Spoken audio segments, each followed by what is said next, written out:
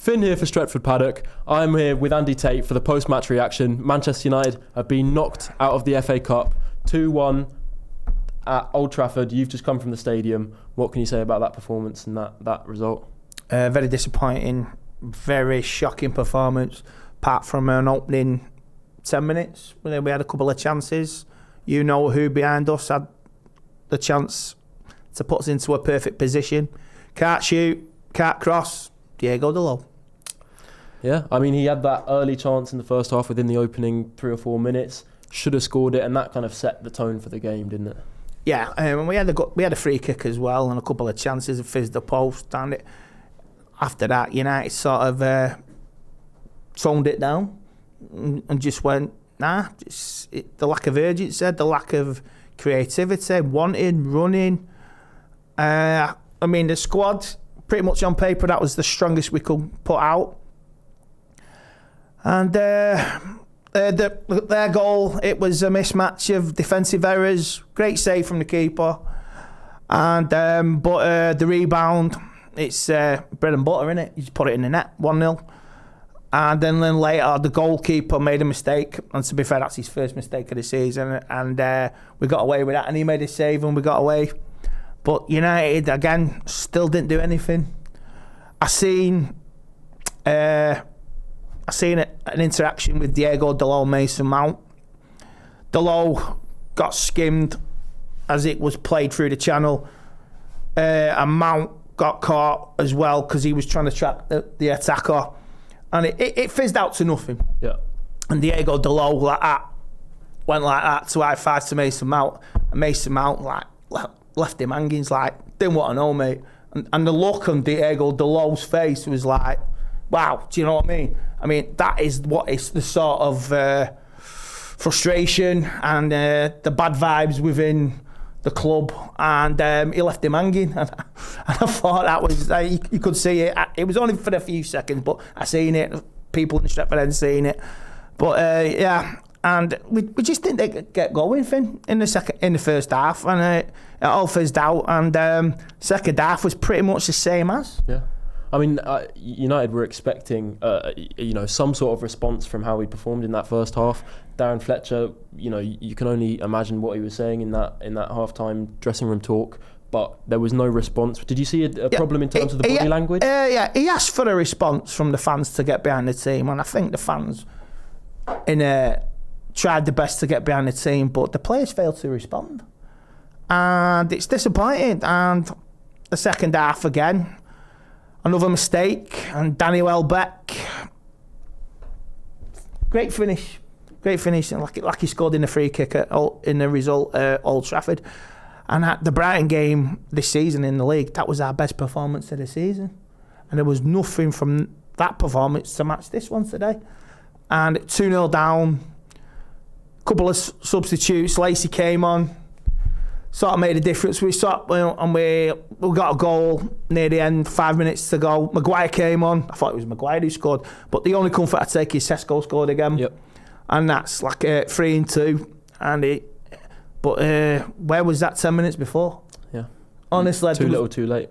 If you score that in 80 minutes, it might make a difference on 5 minutes. 5 minutes to go and 4 minutes injury time. It's disappointing, and Brighton just try to see the game out. Shane Lacey getting sent off. Yeah, he shouldn't have been sent off. Difficult. He's come on and he's brought some excitement on, their player, their Dutch lad, right in the player's face, demanding a red card.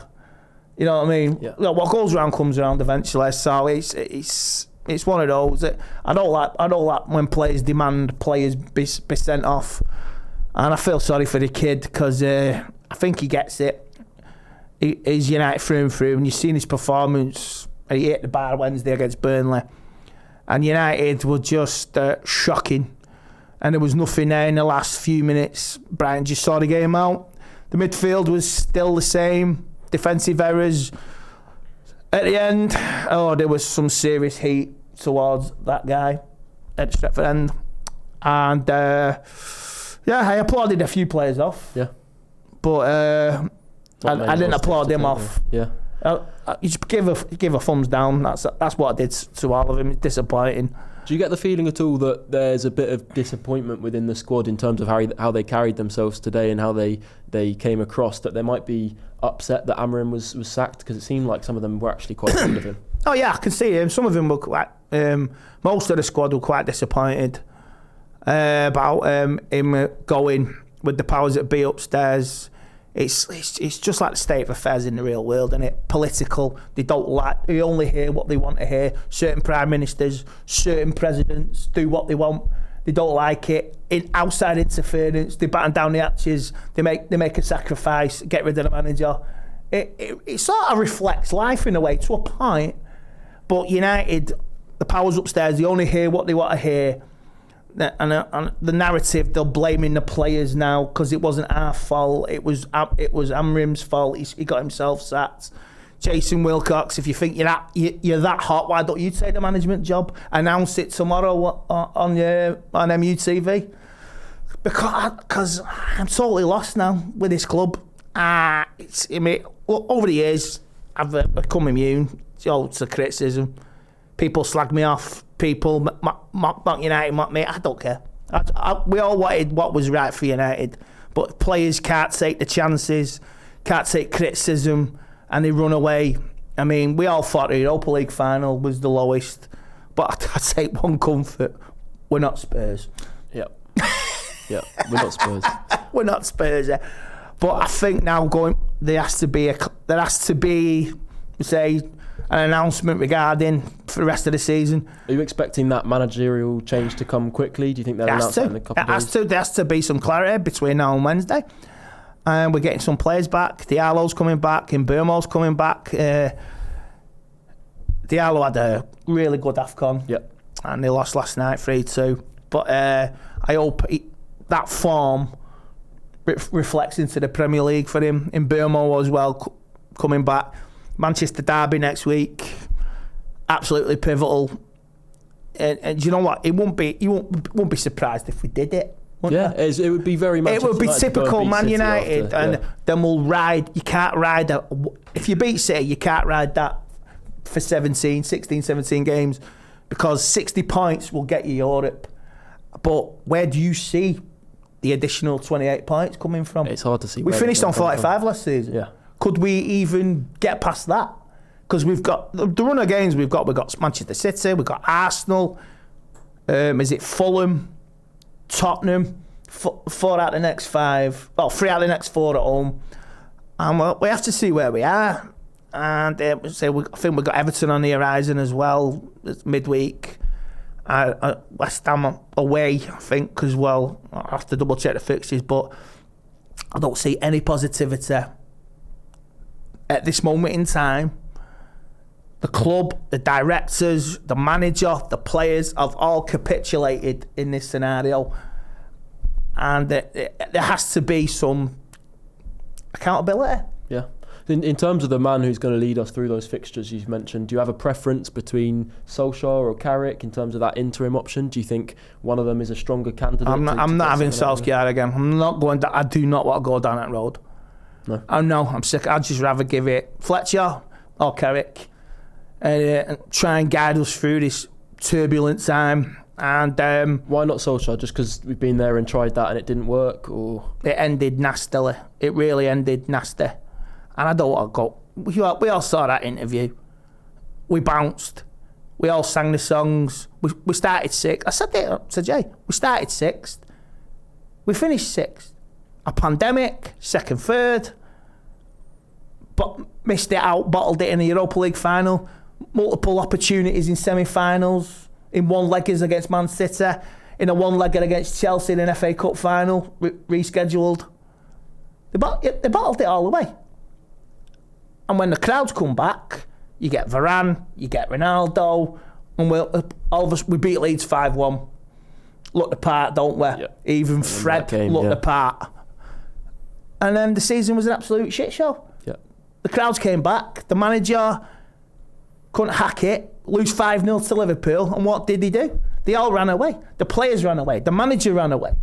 I remember getting an interview. I walked home after that Liverpool game in the pouring rain, because it was the only thing that would ease my anger towards the manager at the time. then you beat Tottenham, then you lose to City. De Bruyne describes it as a training exercise. I mean, they're over the years, they're the ultimate insults, and they hurt. And like I say, the players at the time who were there, and some of them are still bloody here, have no accountability. So let's say Carrick does come in then for the rest of the season. What are your realistic expectations? What's your best case scenario? And is there anything that can really be got positively out of this season? Just get a form of European football. That's it. And how this team could not. I don't see Champions League now. No. There's too many teams. Wow, you've even got Brentford in the mix, and fair play to Brentford. Newcastle have actually starting to come into a bit of form. And if you win the next 2 games, maybe. But if you lose the next 2 games, I only see mid-table obscurity. No manager, a lack of belief from players, a lack of incompetence from directors, owners.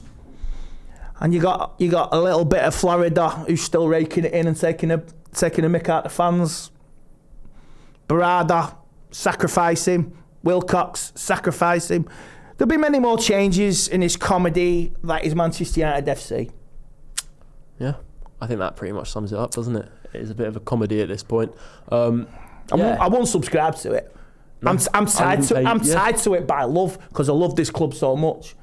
And it just breaks you. Well, that's the sad thing, isn't it? Because so many fans are invested and they're not paid back what they give to the club. Yeah, whether it be love, money, loyalty, we get nothing back. No. Well, not a good day for United. I think we'll leave it there. Thank you very much for joining me, Andy. Yeah. Make sure that you're leaving a like and subscribing. And yeah, thank you very much for watching. I'll catch you next time.